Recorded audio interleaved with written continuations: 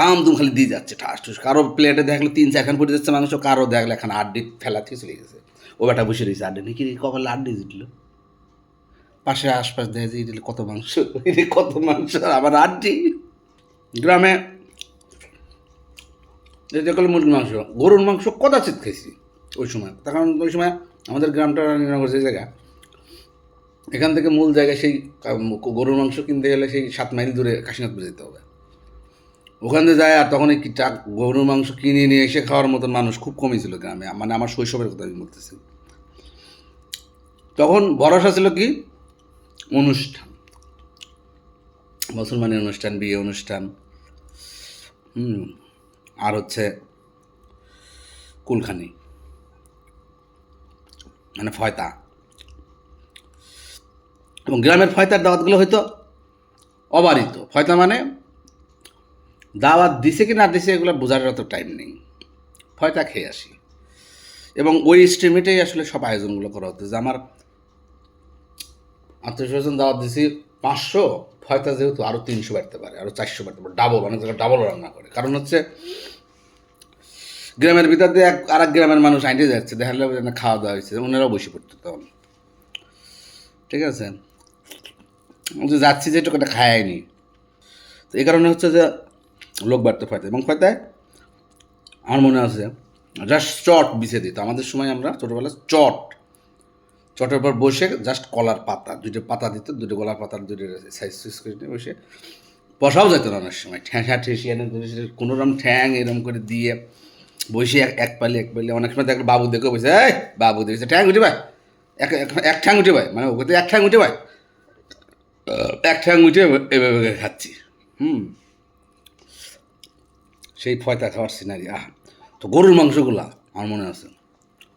তো অনেক দিন পর গরুর মাংস খাওয়া, এবং হচ্ছে যে মাংসগুলা তখন হচ্ছে ওই মাংসগুলো রান্না তো করতে হচ্ছে বড় বাবুর্চি রান্না করতে, এবং বাবুর্চিদের মাংস, গরুর মাংস কিন্তু একটা আলাদা টেস্ট।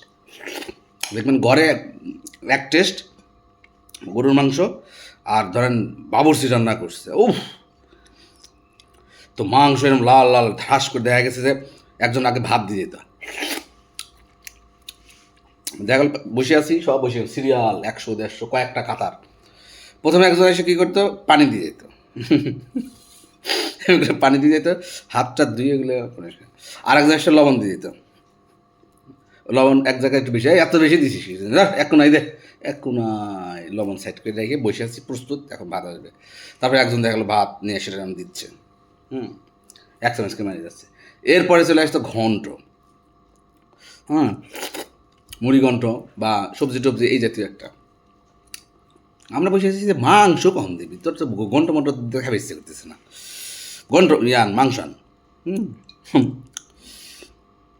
তারপরে দেখা গেলো যে মাংস দেওয়া যখন শুরু হয়েছে, তখন আমরা এই মাংস দেওয়া শুরু হয়ে গেছে, এরকম বড় ইয়ার মধ্যে আমাদের যে খাজিনদার এই লাইনের, সে দেওয়া শুরু করছে।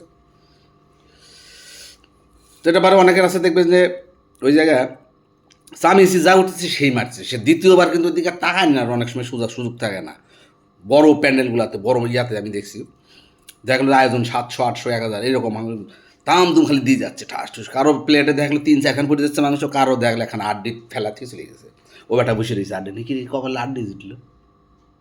পাশে আশপাশ দেখে যে এটা কত মাংস, এটা কত মাংস, আবার আড্ডি।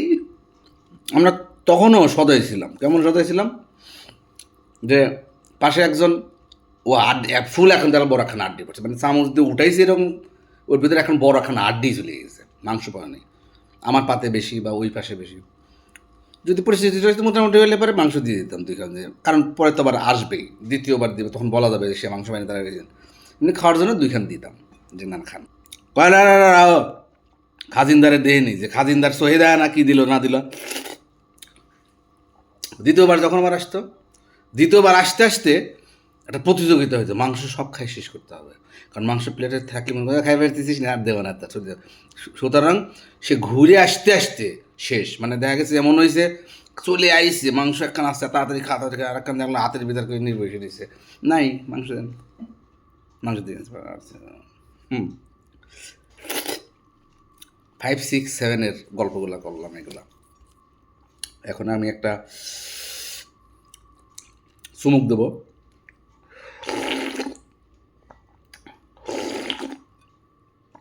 পান্তা ভাতের চুমুক। আলহামদুলিল্লাহ, সকল প্রশংসা আল্লাহর। আমাদের মাফ করো পাপী বান্দারা। তো ঠিক আছে, সবাই ভালো থাকবেন, সুখে থাকবেন, সুস্থ থাকেন, ভালোবাসুন, প্রচুর ভালোবাসুন। Bye bye.